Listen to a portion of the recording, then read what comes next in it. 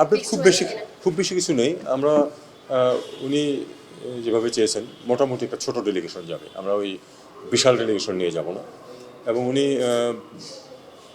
যত কম সময় ওখানে থেকে ওনার কাজগুলো শেষ করে চলে আসতে পারেন উনি সেই চেষ্টা করবেন। কাজে সফরটা আসলে যাওয়া আসার সময় মিলিয়ে এক সপ্তাহের বেশি হবে না।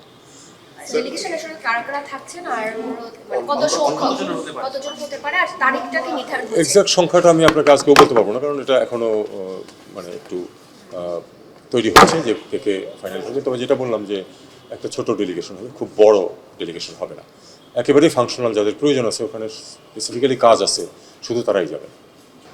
ওনার সাথে তো আমাদের কোনো চ্যানেল নেই, উনি ওখানে ভারতের আশ্রয়ে আছেন। তো যদি উনি অন্য কোনো দেশে চলে যান সেটা তো আমার কাছ থেকে আপনাদের জানতে হবে না, সেটা আপনারা এমনিতেই জানতে পারবেন। এবং আপনারা যেভাবে জানবেন আমি হয়তো সেভাবেই জানব, কারণ এটা সঙ্গে সঙ্গেই পত্রপত্রিকাতে এবং মিডিয়াতে চলে আসবে। কাজে এটা নিয়ে আমরা কোনো চিন্তা করছি না স্যার, ও বলতে চাচ্ছে যে স্যার উনি যে ভারতে আছেন এটা আমরা আনুষ্ঠানিকভাবে জানি কিনা।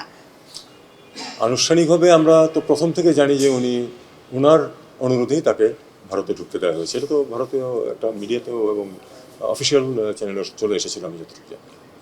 উনি আছেন সেখানে। আচ্ছা, একটু জানতে চাচ্ছিলাম যে ভারতের সাথে আসলে অন্তর্বর্তীকালীন সরকারের আমরা এর আগে যেটা দেখেছি বা জেনেছি বিভিন্ন মাসুদ বিন মোমেন ন্যাচুরাল যেভাবে অন্যদেরও হয়েছে কন্ট্রাক্ট বাকি সময়টুকু বাতিল করে তাকে দায়িত্ব ত্যাগ করার সুযোগ দেওয়া হয়েছে, উনি দায়িত্ব ত্যাগ করে চলে গেছেন। এটাই। নতুন সচিব আমি আপনাদেরকে অফিসিয়ালি হয়তো আজকে সন্ধ্যা নাগাদ জানাতে পারবো। আর আপাতত দায়িত্বে থাকবে যেটা নিয়ম, যে সিনিয়র মোস্ট অফিসার যিনি আছেন তিনি দায়িত্ব থাকবেন হয়তো 2-4 দিনের জন্য। আমরা আশা করতেছি যে খুব শীঘ্রই সচিব জয়েন করবেন।